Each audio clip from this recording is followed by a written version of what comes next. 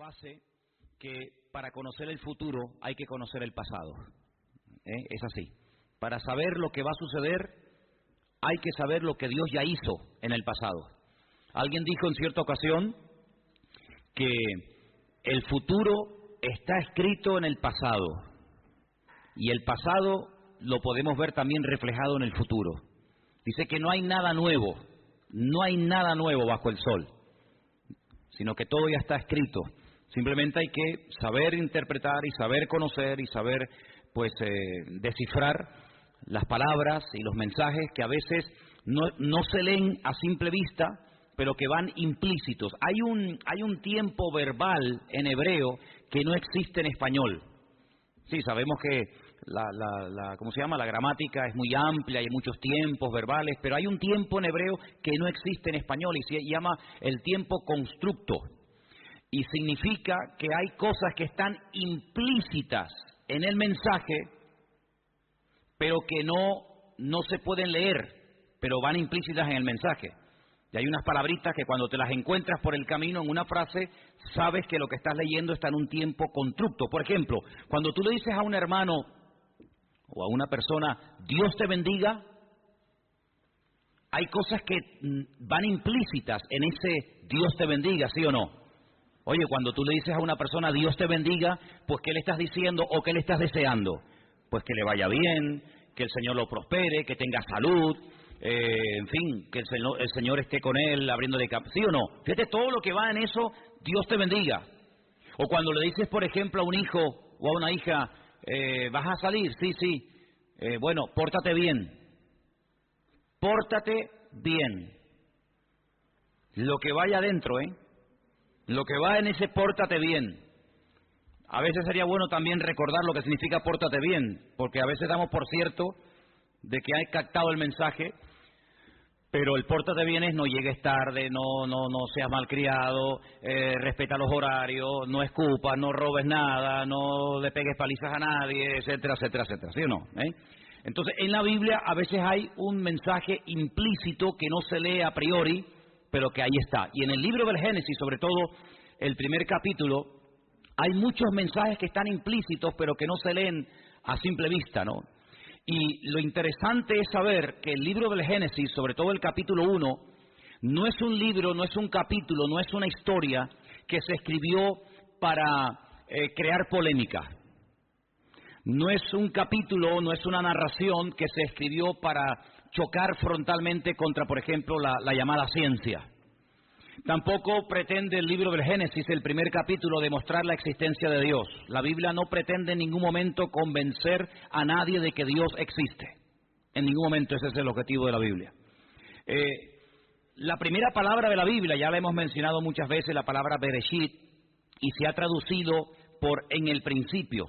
Pero realmente esa palabra no significa en el principio, sino Barishoná significa en el principio, Barishoná. Pero la Biblia no empieza con esa expresión, sino con otra. ¿Por qué? Porque lo que la Biblia quiere dar a entender que lo importante no es en sí el orden cronológico en el que fueron ocurriendo las cosas, sino el propósito por el cual ocurrieron de esa forma las cosas. ¿Me explico? A veces queremos, y de hecho le damos un énfasis a lo que la Biblia realmente no quiere, que te robe tanto tiempo, y el día duró 24 horas, o fueron días de 1000 años, o cómo había luz y no había sol, y comenzamos a divagar en cosas que realmente no es lo que el texto intenta enfatizar, y lo importante lo olvidamos y lo aparcamos. Desde la primera palabra de la Biblia, la forma como está escrita, da a entender que lo que el Señor pretende es que el hombre capte el mensaje oculto de el propósito por el cual Dios creó lo que creó y por qué lo creó. ¿Me explico? Si Dios no hace las cosas porque está aburrido, Dios no hace nada para entretenerse, Dios no hace nada y después dice, no sé para qué hice esto. ¿Cuántas veces ha ocurrido que tú has comprado algo o has ido a algún lugar o te has metido en alguna actividad y después resulta que, ¿verdad? Como que te aburres. Me acuerdo hace muchos años fuimos una vez a una casa a recoger una serie de cosas que una familia nos daba para el rastro y trajimos un montón de juguetes nuevos, pero nuevecitos, prácticamente de paquete. Me acuerdo que habíamos traído un coche de estos de carrera, teledirigido, y bueno, estaba todo flamante. Y la señora, la abuela, nos decía que bueno, que el niño ya estaba aburrido, que los juguetes se lo habían comprado hace un par de meses, pero que ya el niño ya no le daba ninguna importancia y ahora había que tirar todo eso o regalarlo y volver a comprar otras cosas. ¿Cuántas veces hay gente en la vida que se mete en un deporte, se compran todo, la bicicleta, el pantalón de ciclista, no sé qué, y tú lo miras y dices, este se cree que va a correr en el Tour de Francia? Y tú para adentro dices, este a la semana no sabe ni dónde dejó la bicicleta. ¿Te ha pasado alguna vez, hermano? No levanten la mano o no estoy hablando con nadie. Ahora le da por el fútbol y compra la pelota, no sé qué, no sé cuánto, o por el alpinismo, por el submarinismo, y compra las gafas y las aletas, y a los 3 días le dice, ¿y qué pasó? Dice, ya no quiero, y ahí está todo tirado. Dios no es así. Dios nunca empieza una cosa y la deja a medias. Es más, cuando empieza es porque en su mente ya está terminada.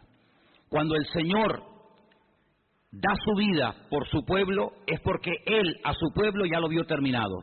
Si Él no ve algo completo y terminado, no lo empieza. El ser humano es al revés. Nosotros empezamos algo para ver si lo terminamos. Dios es al revés. Dios lo empieza porque ya lo ve terminado. ¿Cuántos dicen amén? ¿Ok? Entonces, en el libro del Génesis hay cosas muy interesantes. Yo hice una pequeña listita de algunas cosas que estoy descubriendo en este estudio. Y lo primero es cómo empieza el libro. En el principio creó Dios los cielos y la tierra. Ya el nombre de Dios está desde el primer versículo de la Biblia, desde el primer momento. Ahora, la gente se ha preguntado a lo largo de la historia por qué la Biblia comienza de esta manera y no comienza, por ejemplo, con los 10 mandamientos. O no comienza, por ejemplo, pidiéndonos Dios una serie de cosas y al final llevarnos a otro pasaje o capítulo o libro donde nos hable de la creación. ¿Por qué comienza la Biblia hablándonos de la creación del universo, del cielo, de la tierra, de los animales, de los pájaros, del hombre? Por una sencilla razón. Porque tenemos que partir de la base. Esta es una gran equivocación que cometieron los griegos, sobre todo el famoso Aristóteles. Él decía que el universo es eterno, que siempre ha existido. Que lo que vemos, sol, la luna, las estrellas, los astros, el firmamento, siempre ha existido, es algo eterno. Sin embargo, choca frontalmente contra la realidad bíblica. La realidad bíblica nos enseña que detrás de todo lo que vemos hay un creador. Es decir, si tú no aceptas que hay un creador, ¿cómo te vas a someter a una serie de mandamientos de un Dios o de un creador en el cual no crees o no te ha demostrado su poder y su autoridad? La creación fundamentalmente es un despliegue impresionante de la sabiduría y del poder de Dios. Fíjate qué interesante, hermanos. El hombre no toma parte activa en la creación de la tierra, ni los cielos, ni del universo. El hombre es creado al 6º día. Es decir, que durante el 1º, 2º, 3º, 4º y 5º día, Dios no para de hacer, de crear y decir cosas sin necesidad de que el hombre, permítame la expresión entre comillas, le eche una mano. Esto es un golpe al ego del hombre. Porque si el hombre hubiera sido creado desde el primer día, podía haber llegado a creer la mentira, pero creer en esa mentira, de que el hombre participó de alguna manera en la obra creadora de Dios. Sin embargo, nada más lejos de la realidad. Prácticamente cuando todo ya está finalizado, ordenado y en su justo lugar, es cuando Dios crea al hombre. Por lo tanto, el hombre tiene que partir de la base de que incluso él mismo es un ser creado. Y es un ser creado con un propósito. Y todo lo que Dios ha hecho, lo ha creado para entregárselo al hombre, para que lo administre, para que lo cuide, para que lo proteja y para que a través de todas las obras de Dios, del sol, la luna, los mares, etcétera, pueda siempre recordar que detrás de todo lo que existe, de lo que pueden ver nuestros ojos y aún lo que no pueden ver, siempre está la mano de nuestro poderoso Dios. ¿Cuántos dicen amén? Así que la creación se creó con un propósito. No se creó porque Dios no tenía otra cosa que hacer, sino que se creó con un propósito concreto y definido. Ahora bien, la Biblia comienza diciendo en el principio, pero realmente es un principio. No es el principio principal, digamos, como el número 1, y a partir de ese vino el 2 y el 3, sino que simplemente es un principio de otros tantos que hubo. ¿Me explico? Dios creó muchas cosas antes de que comencemos a ver que Él está poniendo en orden lo creado. Fíjense qué interesante que lo primero que Dios crea dice que son los cielos y a continuación la tierra. Ahora, si observamos los cielos, según el nombre bíblico, porque claro, uno menciona la palabra cielos en nuestro idioma, y prácticamente sí, sabes a lo que te refieres, pero la palabra cielos en sí para nosotros no tiene una raíz etimológica que nos deja con la boca abierta diciendo, madre mía, lo que significa esta palabra. Sinceramente, la palabra cielo, si la estudias en español, no te dice nada. Pero como la Biblia fue escrita en el idioma de Dios, en el idioma perfecto, el idioma que Dios utilizaba para crear y el idioma que Dios permitió que se plasmara por escrito en su palabra, cuando Él emplea la palabra cielos, es la palabra Hashamayim, los cielos. Y Él lo que hace es que une dos elementos, como es el agua y el fuego, y crea un término nuevo que son los cielos, que literalmente, si tradujéramos esa palabra, diríamos cielos, agua-fuego o fuego-agua. Es decir, que la unión entre el fuego y el agua es lo que nosotros conocemos con el nombre de cielos. Ahora, esto es algo que en nuestra mente no entra. Porque si tú le echas agua al fuego, lo apagas. Son dos elementos que no se llevan bien. No es como el agua y la electricidad, por ejemplo, ¿no? Que el agua es conductora de la electricidad. Es decir, el peor enemigo del fuego es el agua. Es decir, que cuando Dios crea los cielos y la tierra, crea una serie de elementos químicos que permiten la vida. Porque en el agua hay oxígeno. Y sabemos que, por ejemplo, para que haya fuego, tiene que haber oxígeno. Si no hay oxígeno, ¿qué pasa? El fuego se apaga. Tú enciendes una vela y le pones un vaso encima y en cuanto se consuma el oxígeno, termina apagándose. Por lo tanto, cuando el Señor dice que Él creó los cielos y la tierra, nos está hablando indirectamente de que Él creó de una forma, con una armonía alucinante, una serie de elementos químicos que era lo idóneo para la vida. Cuando Él crea los cielos y crea la tierra, a continuación pasa a decirnos que lo que estaba en caos, en desorden, en algo desastroso, no era el cielo, sino era la tierra. Miren el versículo 2. Y la tierra estaba, la versión Reina Valera dice, desordenada. También dice vacía. Era un caos, era un páramo, era un desierto, era un yermo total y absoluto, ¿verdad? Las palabras que aparecen ahí, Tohu, Babohu, son palabras que aparecen en otros versículos de la Biblia. Son palabras que cuando van juntas, porque a veces hay versículos que usa una u usa otra, pero cuando van juntas son sinónimas. La sensación, no hay una palabra exacta para traducir estos términos al español.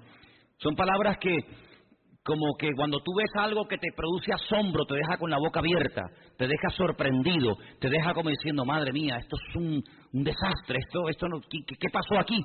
Esa es la sensación que experimentaba el hombre en el caso de que hubiera visto en aquel momento lo que allí estaba pasando, ¿no? Ahora, la pregunta es, ¿cómo un Dios perfecto que crea los cielos y la tierra, a continuación vemos que la tierra que Él ha creado está patas arriba, está destruida, está realmente, pues, en una situación de asombro, incluso hasta de tinieblas? Bueno, entre el versículo 1 y el versículo 2 se ha dicho muchas veces que ahí algo tuvo que ocurrir para que ese cielo y esa tierra perfecta que Dios había creado quedara en el versículo 2 de una forma totalmente desastrosa, arruinada y caótica, ¿no? En ningún momento del capítulo 1 de Génesis encontramos cuando Dios creó el agua, pero sin embargo el agua ya existía. Entonces ustedes van a ver que Dios, cuando sigue relatándonos en el capítulo 1 de Génesis la creación, o más bien la puesta en orden de la creación en muchos aspectos, Él separa las aguas, no crea las aguas. Ya las aguas las creó en el versículo 1, los cielos y la tierra. Cielo, la palabra cielo lleva el elemento del agua, es agua y fuego, lo acabo de decir. Luego, cuando Él separa las aguas ya existían, y es la única vez en todo el relato de Génesis 1 donde no se emplea la expresión y vio Dios que era bueno. Porque cuando Dios separa, no emplea la palabra vio Dios que era bueno. Pero cuando hay unidad, cuando está completo algo, entonces Dios sí emplea la expresión vio Dios que era bueno. Ahora, podríamos hablar largo y tendido acerca de cada una de las cosas que Dios fue creando, el orden que fue estableciendo, ¿verdad? Para crear una cosa, para crear otra cosa. En nuestra mente no cabe que las tinieblas puedan convivir al mismo tiempo con la luz, porque en nuestra mente o hay luz o hay tinieblas, pero sin embargo hasta el cuarto día la forma de medir el tiempo, incluso el concepto luz, era completamente diferente a lo que nosotros entendemos hoy en día. Repito, porque para nosotros la luz no puede cohabitar, no puede existir con las tinieblas. Sin embargo, durante 4 días, pues, o durante algunos días, la luz y las tinieblas parece como que estaban juntas hasta que Dios las separa. Ahora, cuando Él crea la separación, cuando Él hace la separación entre el sol y el día y la noche, versículo 14, hay algo que Dios dice que es tremendamente llamativo y lo quiero leer. Dice, haya lumbreras en la expansión de los cielos. Y ahora dice 3 cosas muy interesantes que van a cumplir esas lumbreras. Dice, haya lumbreras en la expansión de los cielos, primero, para separar el día de la noche. A partir de ahora, el día va a ser una cosa y la noche va a ser otra. Segundo, para que sirvan de señales para las estaciones. La palabra señales es una palabra muy interesante. Y después más adelante dice, y sean por lumbreras en la expansión de los cielos para alumbrar sobre la tierra. Es decir, lo que hace cuando crea el sol y cuando crea a la luna, le da 3 funciones.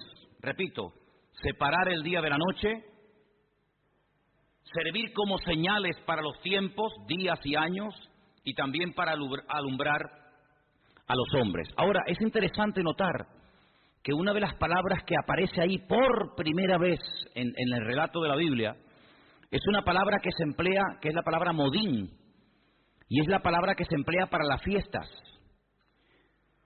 Los judíos desarrollaron un sistema de calendario completamente diferente a todos los calendarios que en aquel tiempo regían el mundo, incluso en la actualidad. Nosotros tenemos un calendario, como ya hemos dicho en otras ocasiones, que está basado en el sol, que tiene más días, es más largo que el calendario lunar en el cual está basado la Biblia y las profecías de la Biblia. Cuando el Señor habla a los profetas a través de tiempos, a través de fechas, a través de fiestas o de acontecimientos, no utiliza el calendario solar. No existía el calendario solar, sino el único calendario que existía era el calendario lunar, ¿verdad? Que tiene 354 días. Es el ciclo de la luna, ¿verdad? Sin embargo, el ciclo del sol son 365 días. ¿Sí? El período de la luna está incorporado dentro del sol. ¿Y qué es lo que hacen? Para compensar la diferencia, cada cierto tiempo, ¿verdad? Se van cada vez abriendo una brecha entre uno y otro calendario, y lo que hacen es que tienen a veces, no siempre, pero a veces tienen un calendario de 13, no de 12, de 13 meses para compensar la diferencia.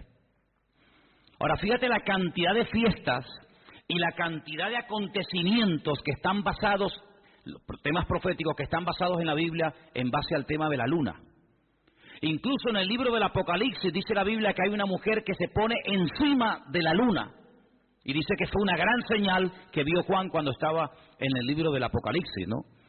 Así que la Biblia nos enseña que Dios puso a lo largo del universo una serie de señales, de puntos de referencia, para que el hombre supiera en todo momento, según el tiempo, lo que iba a acontecer. Me explico. Según el tiempo en el que uno se encuentre, acontecen una serie de cosas u otras. Por ejemplo, en el tiempo de Noé no se podía construir el primer templo de Jerusalén, porque el tiempo en el que vivió Noé no era el tiempo en el que el acontecimiento tremendo de la construcción del primer templo se llevara a cabo. Por lo tanto, hubiera sido una pérdida de tiempo, de energía, de recursos económicos, hubiera sido quemar a la gente, involucrarlas en un proyecto que no era el tiempo para llevarlo a cabo. ¿Es que acaso Dios no quería que se construyera un templo? Sí, pero no en ese momento. Por eso la Torre de Babel empezó mal y terminó peor. Porque no era el momento, no era el tiempo para que ese acontecimiento se llevara a cabo. Y por eso Dios lo tuvo que detener. Y se produjo una división y la gente fue esparcida por todas partes de la tierra. Hay un versículo en la carta de Pablo a los Gálatas muy interesante que dice algo así como: cuando vino el cumplimiento del tiempo, Jesús nació bajo la ley y cuenta el tiempo en el que vino. Es decir, el Mesías no podía haber nacido en los tiempos de la invasión de Jerusalén por parte del rey Nabucodonosor. El Mesías no podía haber nacido en los tiempos de Nehemías cuando vuelven del cautiverio en Babilonia. El Mesías no tenía que nacer cuando salieron de la esclavitud en Egipto. El Mesías tenía que nacer cuando Dios lo tenía establecido en su agenda, en su calendario. Por lo tanto, es muy importante que nosotros los creyentes conozcamos los tiempos. Por eso la Biblia alaba y habla muy bien de los famosos hijos de Isaacar. Ustedes saben que Isaacar era uno de los 12 hijos de Jacob. Y cada hijo tenía una característica. Eso es muy importante que lo sepamos. Y es muy bueno ver que, por ejemplo, los famosos hermanos gemelos Jacob y Esaú eran hijos del mismo padre, evidentemente, lógicamente de la misma madre, pero eran completamente diferentes, por dentro y por fuera. No se podía esperar de Jacob lo que el padre esperaba de Esaú, ni viceversa, ¿verdad? Ustedes van a ver que Jacob, cuando habla con sus hijos y le establece los tiempos para el futuro, hay 4 de ellos que los compara con animales. Y tú tienes que ver las características de ese animal y por qué el padre llamó a uno y le dijo que sería como un asno montés, y a otro le dijo que sería como una serpiente en el camino. ¿Te das cuenta? Entonces, uno de los hijos de Jacob, con el paso del tiempo, desarrolló una facultad espiritual que todo el mundo aceptaba y a todo el mundo le llamaba la atención, y era que eran entendidos en los tiempos. ¿Amén? Cuando David suba al trono, él tiene que tener soldados. Y las tribus comienzan a aportar soldados, armamento, comida, animales, etcétera. La tribu que menos gente aportó, pero no por eso los menos importantes, fue la tribu de Isaacar, que dice que le mandaron unos 200 y pico hijos para que se enrolaran en el ejército del rey David, y dice que estos hijos de Isaacar eran entendidos en los tiempos. No tenían buena puntería, no eran buenos soldados, no eran albañiles, fontaneros, carpinteros, no eran buenos cocineros, no eran buenos jinetes, eran entendidos en los tiempos. Dice que cuando ellos hablaban, Israel les escuchaba, porque ellos sabían cuándo era el tiempo de ir a la guerra y cuándo era el tiempo de quedarse en casa. Entendidos en los tiempos, en plural. Sabían lo que iba a acontecer según el tiempo en el que se encontraban. Y por eso el Señor lo que hace en el libro de Génesis capítulo 1, aunque no es lo prioritario, lo dije al principio, lo prioritario es descubrir el propósito de la creación y no tanto el orden cronológico de la creación. Lo que el Señor hace es dividir en 6 períodos, 6 días, y en cada uno de esos días el Señor va haciendo diferentes cosas. No tengo tiempo para desarrollar todo esto, pero toda la historia de la humanidad está registrada en lo que Dios fue haciendo en cada uno de los días. Por ejemplo, ¿cuánto tiempo vivió Adán? ¿Cuántos años vivió Adán? Cerca de 1000 años. Le faltó 70 años, le faltaron 70 años para cumplir un milenio. Murió con 930 años. La cantidad de gente que vio a Adán y la cantidad de gente que conoció a Adán. Vivió casi 1000 años. En 1000 años él fue una luz. En esos primeros 1000 años de la historia de la humanidad, él fue una luz para el mundo, porque él era el producto de la creación de las manos del Señor.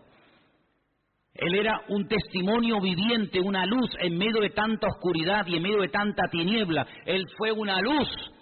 Cuando le veían, sabían que él era el único hombre en esta tierra que fue creado directamente por las manos del Señor Dios Todopoderoso.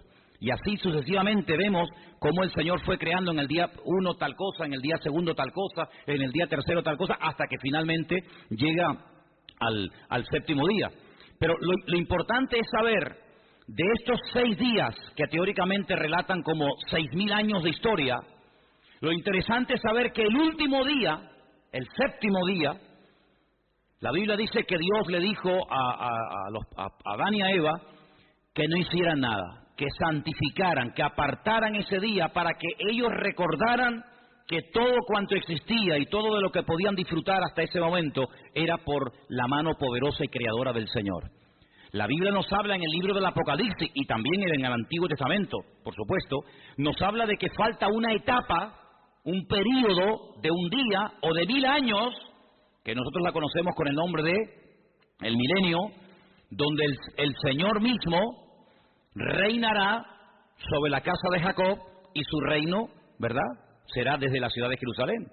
Luego, si Él va a reinar 1000 años y la historia de la creación se relata en 6 días y cada día para el Señor es como 1000 años, quiere decir que el Señor lo que está haciendo nos está anticipando los acontecimientos desde Adán hasta los próximos 6000 años.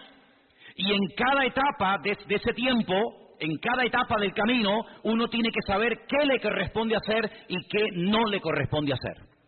Ustedes saben que un día estaba orando el patriarca Abraham y hay un momento en el que Dios le dice, tu descendencia estará cautiva en Egipto 400 años. Es decir, que Abraham sabía perfectamente que el pueblo de Israel, sus descendientes, tendrían que bajar a Egipto y permanecer como esclavos casi 400 años. Es decir, no se desesperen, no se amarguen, no se tiren de los pelos ni se depriman cuando han pasado ya 200 años y todavía el Señor nos tiene cautivos aquí en Egipto. Porque yo les he dicho que aquí van a estar 400 años. Por lo tanto, relájense, adáptense a las circunstancias. ¿Qué es lo que hace Jeremías? Ustedes pueden verlo en su libro. ¿Qué es lo que hace Jeremías cuando Jerusalén es atacada? Cuando el templo es destruido y se llevan a Nabucodonosor a miles y a miles de personas a Babilonia cautivo. Les manda cartas y les dice, tranquilícense, compren terrenos, edifiquen casas, planten viñas. Porque si ustedes están orando y creyendo que dentro de 4 o 5 años todo terminará y volverán a la tierra, se van a llevar una tremenda desilusión. Por lo tanto, yo les animo a que corten con el pasado y comiencen a echar raíces, porque no será hasta después de 70 años que ustedes volverán del cautiverio de Babilonia aquí a la ciudad de Jerusalén. Por lo tanto, Jeremías sabía perfectamente, por revelación del Señor evidentemente, cuánto tiempo iban a tener que estar esperando en el destierro antes de que les permitieran volver para construir Jerusalén. Por eso ustedes pueden ver en el famoso libro de Daniel, cuando el profeta Daniel en el capítulo 9 está orando, él dice que ha llegado a la conclusión de que están a punto, algunos dicen que estaba por el 68, 69, ya picando el año 70 de cautiverio. Por eso Daniel ora y ora y ora al Señor, dice, porque estaba yo leyendo los libros del profeta Jeremías que nos hablaba de 70 años de cautiverio. Es decir, hermanos, durante 70 años no estemos agobiados. Nos ha tocado vivir esta etapa de la vida. Claro, ya sé que hay gente que fue llevada al cautiverio y nunca volvió. Bueno, también sabemos que hay gente que nació como cautivos y murieron como cautivos. Pero también sabemos que hay gente que nació allí que volverían a Israel aunque no lo conocieran. Por lo tanto, lo que el Señor nos está diciendo en su palabra es, según el tiempo en el que usted viva, ciertas y determinadas cosas ocurrirán. Ahora bien, trasladando a esto a nuestro tiempo presente, la pregunta es, ¿en qué tiempo estamos? ¿En qué tiempo de la historia estamos? ¿En qué parte del reloj estamos? Bueno, amados hermanos, la Biblia nos habla acerca de una etapa que la llama los últimos tiempos. Los últimos tiempos. Una vez, como le decía Pepita el otro día, fui a una sinagoga, creo que fue allí en Jerusalén, y vi en la pared una fotografía, un póster de un reloj que marcaba las 12 menos 5. Y pregunté, ¿por qué? No era un reloj, sino era como una fotografía, un dibujo. Digo, ¿por qué pone las 12 menos 5? Dice, porque nosotros creemos que el Mesías está próximo a venir. Es como decir, metafóricamente, ¿no? Faltan 5 minutos para que el Señor venga. Fíjate tú en la mentalidad de ellos, ¿cómo saben? Porque ellos llevan el calendario bíblico. Aparte de también ellos llevan el calendario bíblico. Y saben que ya hemos salido del año 6000. Desde que el Señor creó a Adán y Eva. Por lo tanto, amados hermanos, nosotros no estamos en el tiempo de ver cómo los romanos van a prender al Mesías y lo van a crucificar. Pero hubo una generación que el Señor le dijo, a esta generación lo que se le va a permitir ver, y lo van a ver, es que al Hijo del Hombre lo levantan y lo meten bajo tierra, y así como Jonás estuvo en el vientre de la tierra 3 días y 3 noches, así también estará el Hijo del Hombre. Es decir, que hubo una generación que lo vio nacer, lo vio morir y lo vio resucitar y también ascender, pero no lo vieron venir. ¿Te das cuenta? Fue una generación muy completa, porque lo vieron cómo nació, cómo vivió, cómo murió y dónde, cómo resucitó, cómo ascendió, pero se murieron y no lo vieron venir. Luego queda una generación en el tiempo de Dios que tendrá que ver ese último detalle tan interesante que es verlo venir en las nubes, y dice la Biblia que cuando Él venga, en esta ocasión no será como en la primera venida, que unos poquitos se enteraron, sino que en esta ocasión dice que todo ojo le verá y toda rodilla se doblará y confesará que Cristo es el Señor, para gloria de Dios Padre. Ahora, la última generación, que somos nosotros, será la generación que más señales proféticas vea que se cumplan. Así de claro. Por ejemplo, si nosotros hubiéramos vivido en el tiempo que estaba, vamos a poner, faltan 15 días para que María dé a luz en Belén de Judea. Y tú eres, por ejemplo, no sé, un ganadero, un agricultor, un vendedor de joyas, o de animales, o de tela, me da igual. Si tú hubieras vivido en aquellos días previos, esas semanas o meses previos al nacimiento del Mesías, no había nada espectacular que tenía que acontecer para decir, ya nació, ya nació. Los únicos que vieron algo espectacular, y curiosamente no en Jerusalén, no en Israel, sino a centenares de kilómetros, fueron aquellos hombres que estaban todavía con el antiguo sistema astrológico, mirando a las estrellas, a las lumbreras, porque no tenían Biblia, y la Biblia nos enseña que Dios habla a la gente según el nivel en el que se encuentre. Si tú tienes Biblia, a ti Dios no te va a hablar por las estrellas, pero aquellos que no tenían Biblia, pero conocían las estrellas y el nombre de las estrellas que Dios le puso en el principio, llegaron a una conclusión de que su estrella, la alineación de aquellos planetas se había producido, por lo tanto el Mesías ya había nacido en Belén de Judea. Y ellos son guiados milagrosamente desde aquellas zonas remotas de la tierra, y ellos son llevados directamente a aquel pequeño pueblecito de Belén de Judea. Y cuando llegan le dicen al rey Herodes, le podían haber preguntado a cualquiera, pero preguntarle a un rey, ¿dónde está el rey? Es como decir, no te reconozco como rey, tú no eres el rey. Imagínate cómo se tuvo que sentir el rey Herodes cuando le dicen a aquellos extranjeros, venimos a adorar al rey de los judíos, ¿dónde está? Porque su estrella hemos visto en el oriente. Y el rey Herodes podía haber dicho, ¿cómo que dónde está? Yo soy el rey Herodes. Ahora, hay una montaña en Israel, a las afueras de Jerusalén, que se llama el Herodión. Es una montaña espectacular. Ustedes saben que en la Biblia hay varios hombres que se llaman Herodes, el padre, el hijo, el nieto, ¿verdad? El Agripa, el grande, ¿verdad? Este hombre, uno de los reyes Herodes, tenía una obsesión por las construcciones. Le encantaba construir obras faraónicas. Ahí tenemos, por ejemplo, la famosa ciudad de Cesarea la Marítima, hemos estado en ellas varias veces. Tenemos la fortaleza de Masada, y tenemos otras cosas. Pero la montaña llamada el Herodión es espectacular porque es una montaña enorme, que él lo que dice es que la corten por la mitad.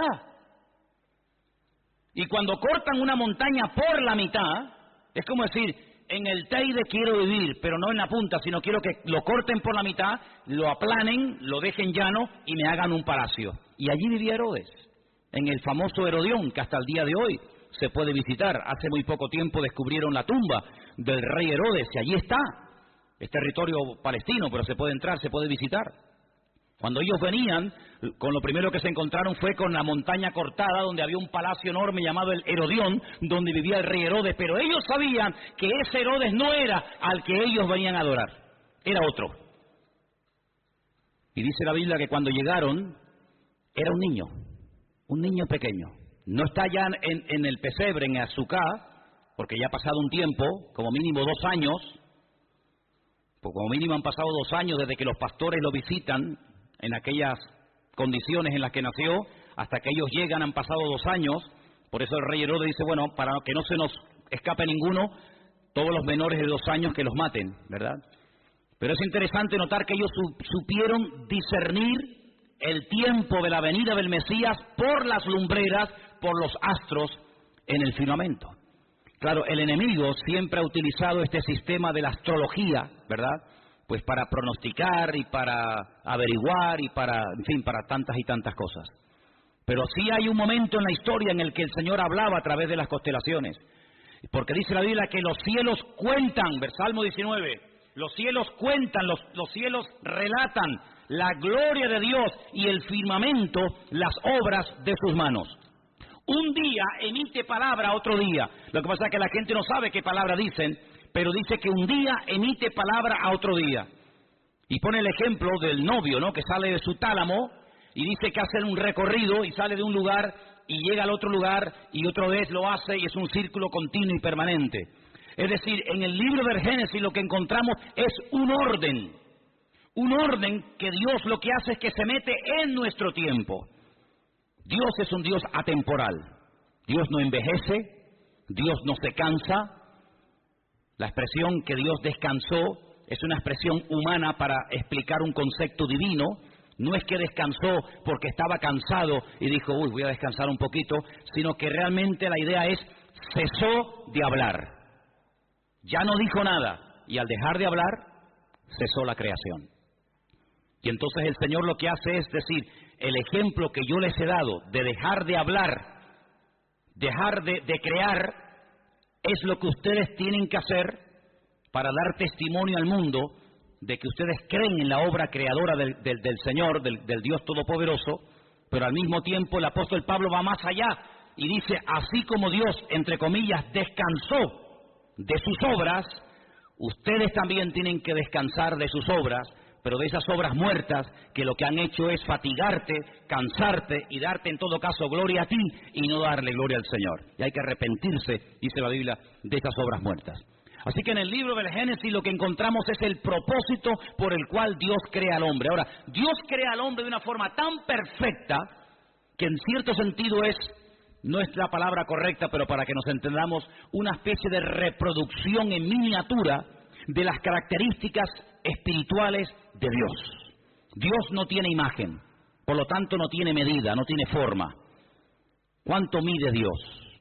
¿Cuánto pesa Dios? No tiene medida, no tiene forma. Si tuviera medida y tuviera forma, sería un Dios limitado. Si Dios tuviera una mano de 500 kilómetros de largo, ya sabríamos cuánto mide Dios y ya sabríamos que no llega al 501, sino que empieza y termina con el kilómetro 500, por ponerlo de alguna manera. Por lo tanto, Dios es espíritu, no tiene medida, no se duplica, no se le puede pesar, no se le puede medir, no tiene una forma característica así, bueno, vamos a hacer la forma de Dios, ni mucho menos. Pero Dios lo que hace es transmite al hombre su esencia, la capacidad de razonar, la capacidad de pensar, la capacidad de tomar decisiones, la capacidad de hacer justicia. ¿Qué es lo que hace el hombre? El hombre no solamente tiene estos atributos que su Dios, su Creador, le ha dado, sino que además goza de perfección. Goza de perfección y la perfección significa que es un ser completo. En esa perfección que el hombre tenía, decide utilizar su libre albedrío para rebelarse en contra de su Creador. Peca contra Dios, se rebela contra el Señor Dios Todopoderoso y automáticamente las consecuencias comienza a experimentarlas. Lo interesante es notar que el hombre cayó después que su esposa. Dice la Biblia que Eva, su esposa, Java, el nombre original de Eva no es Eva, es Java, que significa vida. Pecó primero y luego ella lleva a su marido, lleva al hombre a desobedecer a Dios, a rebelarse contra Dios. Yo quisiera que ustedes en casa detenidamente lean en estos días el capítulo 3 del libro del Génesis y os vais a dar cuenta qué conversación tan interesante, pero qué peligrosa mantiene esta mujer con este personaje llamado Satanás, donde ella dice cosas que Dios nunca había dicho. Donde ella añade y le dice al diablo cosas que Dios jamás le había dicho a ella. Pero ella añade cosas y le da como ideas al diablo y el diablo la tienta y ella ve que lo que ella ha dicho no se cumple y automáticamente pues peca y desobedece y todos conocemos el resto de la historia. A partir de ese momento la relación del hombre con Dios se deteriora. A partir de ese momento Dios no puede mantener al hombre en ese lugar perfecto y maravilloso en el cual que había crecido y había estado durante un cierto periodo de tiempo, sino que lo expulsa, pero lo busca. Y esto es algo tremendo, hermanos. Ver cómo el Creador sabe que el hombre ha pecado, sabe que el hombre ha desobedecido, pero no se lava las manos y le dice ahí te quedas, sino que lo busca. Lo llama por el nombre que Él le dio y confronta al hombre con su cruda realidad, porque sin confrontación no hay cambio. Hay gente que dice, no, ese tema no lo toques. No hables de eso porque se va a armar el follón. Dios hace todo lo contrario y dice, no, vamos a tocar ese tema para que se monte el follón. No escondamos la cabeza bajo tierra. Adán pecó, que no se entere nadie. No, Adán, ¿dónde estás? Dios sabe dónde está. ¿Cómo no lo va a saber? Si sus ojos recorren toda la tierra, ¿por qué lo llama y por qué le dice dónde estás? Si Él sabe dónde estás, para que el hombre diga lo que dijo cuando fue la respuesta de Adán, ¿cuál fue? Es que oí tu voz y tuve miedo y me escondí. Y tuviste miedo porque, y ahí empieza el Señor un proceso de restauración de este hombre, pero en la restauración conlleva que ya no puede mantener el nivel que tuvo en un principio, sino que lo expulsa, lo arroja de ese lugar y ahí comienza toda la historia del hombre que todos conocemos perfectamente. Ahora, lo interesante, quisiera leer unos versículos. En Isaías 41, Isaías capítulo 41, por favor, versículos 22 y 23, leemos algo muy interesante referente a lo que estamos hablando en esta noche. Isaías capítulo 41, versículos 22 y 23. Y dice así la palabra del Señor.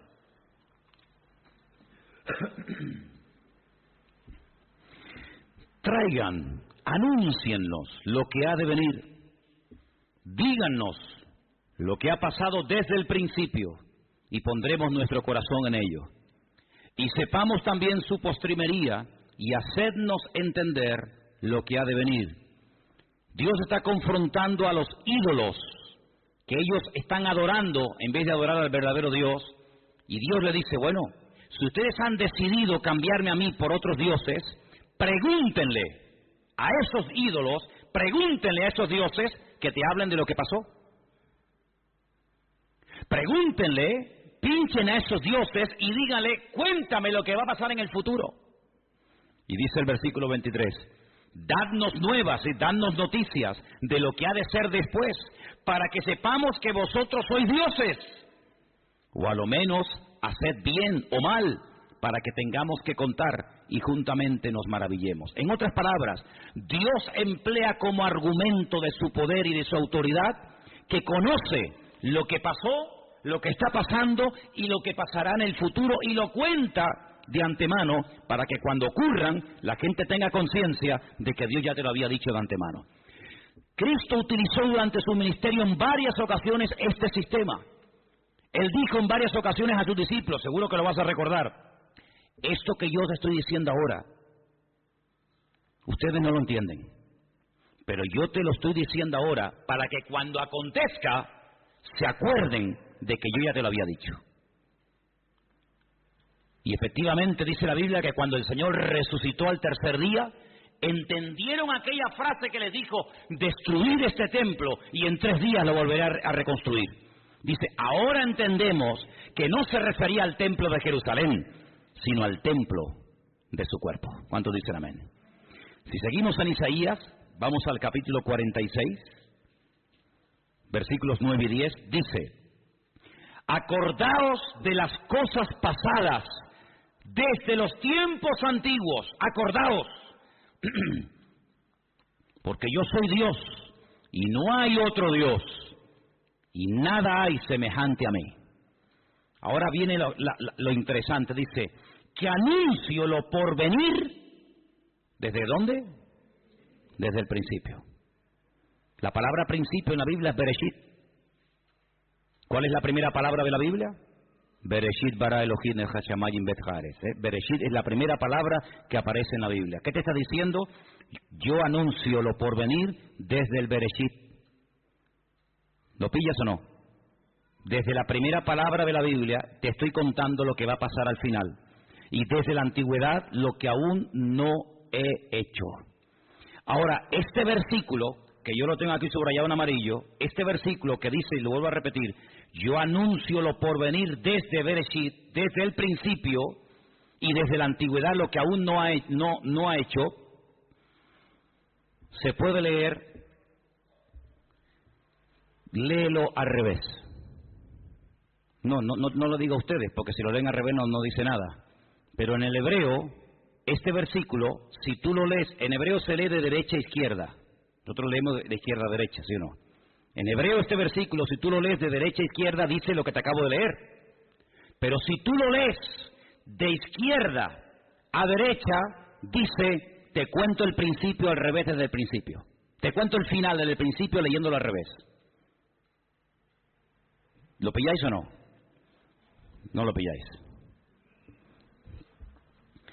Si leemos el texto en hebreo y lo traducimos, dice, anuncio lo por venir desde el principio. Principio es la palabra Bereshit. El libro del Génesis en la Biblia se llama Bereshit, no se llama Génesis, se llama Bereshit. ¿Por qué? Porque la primera palabra del libro del Génesis es la palabra Bereshit. Entonces, en vez de poner la palabra principio, pon la palabra Bereshit. Yo anuncio lo por venir desde el Bereshit, desde el Génesis. ¿Lo pilláis ahora? Y desde la antigüedad lo que aún no era hecho. Si tú este versículo en hebreo, en español no sale. Si tú este versículo en hebreo, en vez de leerlo de derecha a izquierda, como se lee en hebreo, lo lees de izquierda a derecha, te dice textualmente, yo anuncio lo que ha de acontecer leyendo al revés desde el principio. Es decir, Dios como que codifica el futuro y en las páginas de la historia, según lo que va aconteciendo, te va relatando lo que va a ocurrir en cada momento de la historia de la humanidad. Cuando una mujer está embarazada y sabe que le quedan, en teoría, 9 meses, ¿sí o no? 9 meses.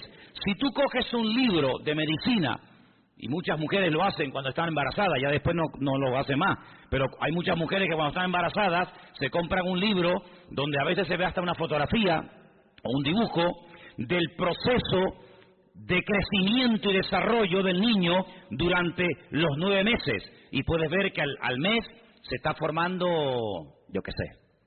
Bueno, aquí hay una doctora que puede hablar mejor que yo de esto, ¿no? En el primer mes se forma esto, esto y esto. En el segundo mes, esto y esto y esto. En el cuarto mes, esto, esto y esto. Hay un proceso. Es un humano, sí, pero en proceso. Si saliera a los 2 meses o a los 3 meses, pues tú imagínate. Desde el primer momento tiene vida. Ahí tienes la ecografía, mira, es un niño, es una niña. Pero tienes que esperar. Hay un proceso de 9 meses. El proceso de parto de la humanidad tiene 6 días y un día de descanso, que es el famoso Shabbat, el milenio, donde el Señor gobierna. Es decir, si tú coges un libro de medicina, sabes que en el 5.º mes el niño está cogiendo peso. Al niño le está saliendo el pelo, se le están fortaleciendo las manos, los pies, yo qué sé. Si tú coges la Biblia y dices, vamos a ver, ¿qué pasó en los días del rey David? Guerras, y venga, y venga más guerra, y venga más guerra, y venga más guerra. Y llegó un momento en el que se acabaron las guerras, ya no había guerras. Ya no había que luchar contra nadie porque ni siquiera había país que defender, dispersados por todas las naciones de la tierra. Pero en ese proceso llegó un momento en el que Dios dijo, ahora en este tiempo volverán a resurgir de las cenizas los huesos secos. Ezequiel 37. Y cuando al final de la visión Ezequiel pregunta y dice, ¿y estos huesos secos a los cuales yo les prediqué? Y de repente veo en la visión que se levantan, huesos secos, muertos, que se levantan y se pone el hueso con su hueso, la tibia, el peroné, cada uno en su sitio, y ahora se le pega los tendones y la carne y los músculos. Señor, ¿esto qué es? El Señor dice, esto que estás viendo, esta es la casa de Israel, que en los últimos tiempos será restaurada y volverán otra vez a su tierra. Proféticamente, pero no fue hasta 1948 que esa profecía que Ezequiel vio en una visión se cumplió ante los ojos del mundo entero. Pero cuando Ezequiel vio a esos huesos secos que se levantaron y eran un ejército, dice: Señor, noto que en este ejército no hay espíritu. Y le dice el Señor: ahora profetízale al espíritu, dile: espíritu, entra en ellos. Y cuando entró el espíritu, dice que se convirtió en un ejército tremendamente poderoso. Y entonces nos habla de la restauración de este país, de este pueblo, en dos etapas. Una que ya se ha producido, 1948, la restauración nacional, pero falta la más importante, la restauración espiritual del pueblo de Israel, donde dice que todos se convertirán al Señor y todos le entregarán su vida al Señor y todos confesarán que Cristo es el Señor, para gloria de Dios Padre. Entonces, lo que va a acontecer en los últimos tiempos, muchas veces se enfatiza lo negativo: el anticristo, la marca de la bestia, el falso profeta, sangre, guerra, rumores de guerra. Y es verdad, claro que es verdad, pero las monedas tienen dos caras. Si le damos la vuelta, ya hemos hablado de las 10 vírgenes, las que se quedan dormidas, las que se quedan despiertas, del falso profeta, del anticristo, de la restauración de Israel. Pero los milagros, las señales, los prodigios, las maravillas que van a acontecer en los últimos tiempos, dice que superarán a todas las maravillas y prodigios que Dios ha hecho en el principio. ¿Por qué? Porque la Biblia dice que al final Dios hará algo tremendo, que la gloria, la manifestación del poder de Dios será mayor que la primera. Y tú dices: ¿cuál fue la primera manifestación de la gloria de Dios? ¿Cuál fue la primera vez que podemos ver en la escena mundial el poder de Dios? Génesis capítulo 1. ¿Te parece poco? La creación del sol, la luna, las estrellas, los planetas, el firmamento, una manifestación impresionante del poder de Dios. Pues lo que Dios hará en los últimos tiempos será tan espectacular que millones y millones de personas no les quedará más remedio que reconocer que el Señor es el Dios Todopoderoso, porque dice: si no creen a mis palabras, creerán en mí por las señales que verán. ¿Cuántos dicen amén? ¿Por qué el anticristo y el falso profeta, como hemos hablado en estas 2 últimas semanas, se empeñan tanto en milagros, en prodigios y en señales? ¿Por qué? Porque tienen que contrarrestar las señales y los milagros que el Señor va a hacer. ¿Por qué? Porque el diablo siempre imita la obra de Dios. Cuando el diablo imita la obra de Dios, es porque la obra de Dios también está actuando. Así que por una parte vemos el plan del enemigo, pero por otra parte el plan de Dios, que es imparable. Y quiero decirles, y lo podemos decir categóricamente, que estamos ya en el 6º día.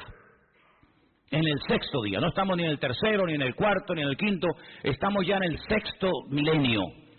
¿Cuántos años han pasado bíblicamente? ¿Cuántos años han pasado desde que Dios puso a Adán en el jardín del Edén hasta hoy? 5.770 y tantos años. Usted dice: sí, pero es que se ha descubierto que una montaña, para poder formarse, necesita 3 millones de años. Efectivamente. Eso es lo que el hombre ha llegado a la conclusión que una montaña necesita para ser creada. Pero hay un factor que olvidan: que lo que el hombre necesita 3 millones de años para hacer, Dios lo hace en décimas de segundo. Es que este fósil, es imposible que este animal se haya formado a menos que hayan pasado 500 millones de años. Efectivamente. No es una contradicción con la palabra de Dios, sino simplemente decir: eso es lo que hubiera sido necesario que pasara el tiempo para que esto se formara, pero nuestro Dios así lo hizo. ¿Es que acaso cuando llegó al estanque de Betesda no le preguntó a un hombre: allá hay un pequeño botón de muestra de lo que el tiempo, el factor tiempo no hace? Dios lo hace con otro tipo de tiempo, y le dice: ¿cuánto tiempo llevas ahí tirado esperando? Dice: 38 años. Claro, para la humanidad, para el universo, 38 años no es nada, pero para una vida. Hay muchos aquí que no tienen todavía esa edad. 38 años, sí. Levántate, toma tu lecho y anda. Es decir, el hombre decía: llevo 38 años esperando, y probablemente hasta que se curen todos estos, cuando me toque a mí mi turno, tendré 80 o 90 años.